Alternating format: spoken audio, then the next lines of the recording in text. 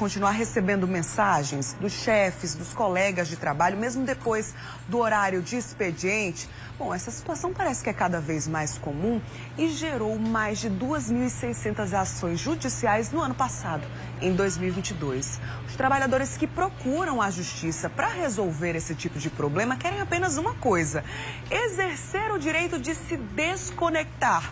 Já ouviu falar sobre isso? Vamos entender. Hora do quadro Seu Direito.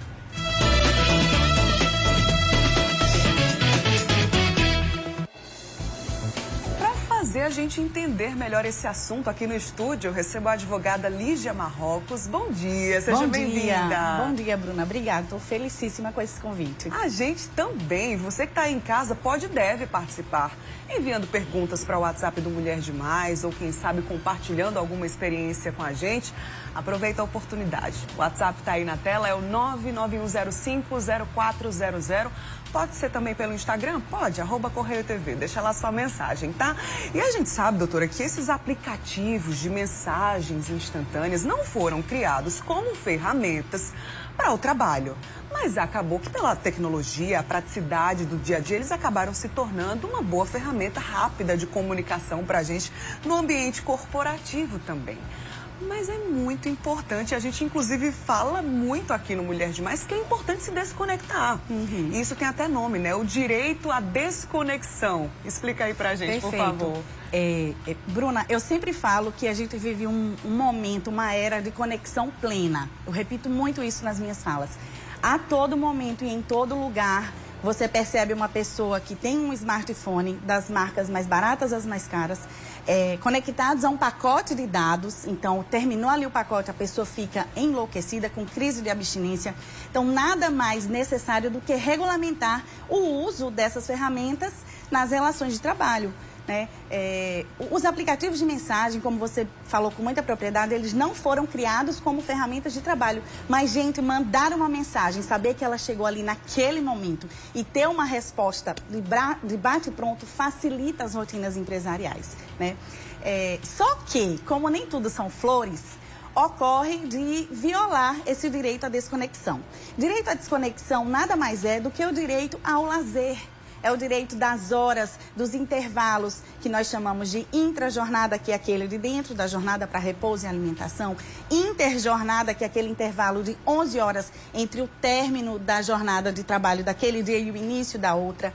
O fim de semana, que ali dá, dependendo da jornada, 48 horas de descanso. E as férias, né? Então, e tem mais, esse direito ele tem assento na Constituição. Os direitos que têm trato na Constituição, eles são considerados, nesse aspecto, direitos fundamentais. Então, quando a empresa, a conduta do gestor viola esse intervalo, ele está violando não só um direito do trabalhador, um direito trabalhista, mas um direito que está previsto na Constituição, que a Constituição prevê muito lindamente, que é direito do trabalhador, o direito ao lazer, à desconexão.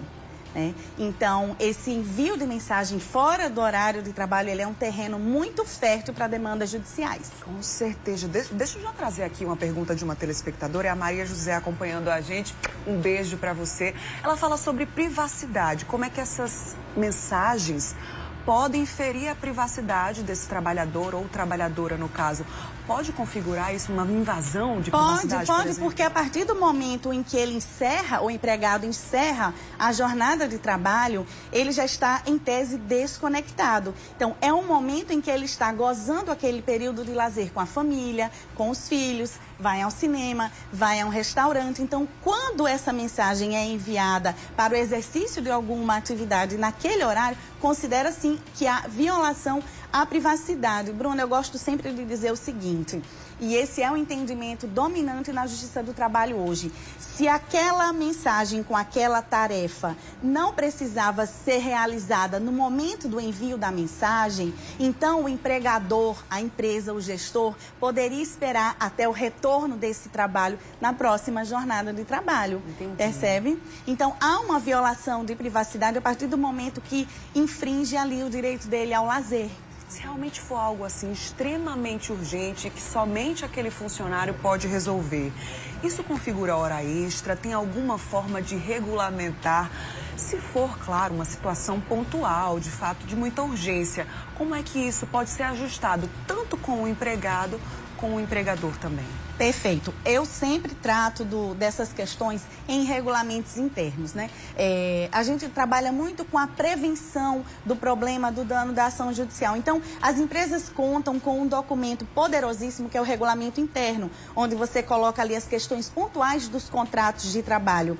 Então, eu posso regulamentar ali se os aplicativos de mensagem serão usados ou não, os intervalos em que eles serão usados. Sim. Eu posso delimitar, sim, que em um caso pontual, para situações excepcionais, a gente tem soluções excepcionais. Então, para esses casos pontuais, em ele trabalhando, excedendo ali uma jornada talvez de 8 horas diárias ou 44 semanais, ele será remunerado como se hora extra fosse, significa o quê? O valor da hora normal mais 50%, dependendo da categoria, pode haver uma previsão em CCT de um acréscimo maior do que 50%. Então, dentro do regulamento interno, a gente faz toda essa normatização dos usos dos aplicativos e da questão das horas extras. Muito bem, doutora Lígia, olha que interessante o relato aqui da nossa telespectadora Patrícia. Obrigada, Patrícia, por compartilhar com a gente. Ela disse, se eu soubesse disso, não atenderia a minha ex-chefe.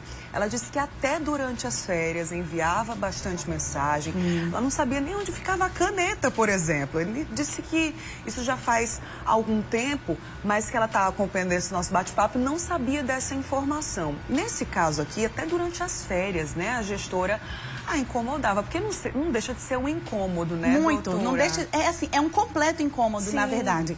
As férias são um período maior necessário para a recuperação, que tecnicamente a gente chama da recuperação biopsicofisiológica. Então, o empregado ele está recuperando não só o organismo, mas ele está recuperando a mente também, para que ele possa voltar mais produtivo, animado e queira permanecer naquele ambiente de trabalho. Ela, na verdade, a telespectadora, sequer tinha obrigação de atender a essas chamadas, né? Sim. E uma dica que eu dou é o seguinte: chegou nesses períodos de desconexão, quer seja dos mais curtos aos mais longos, como são as férias, retira o empregado do grupo oficial da empresa.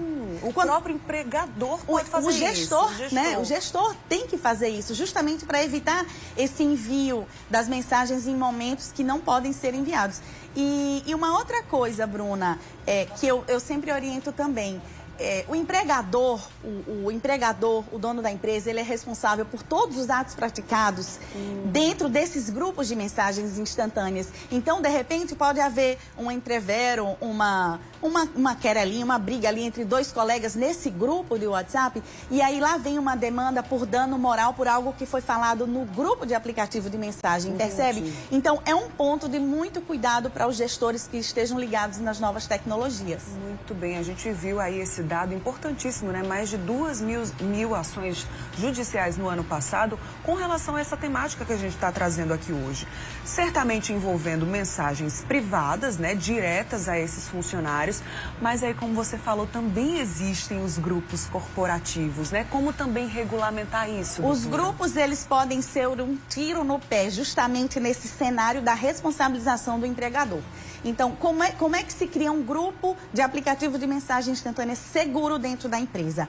O gestor, o supervisor hierárquico é quem deve criar o grupo.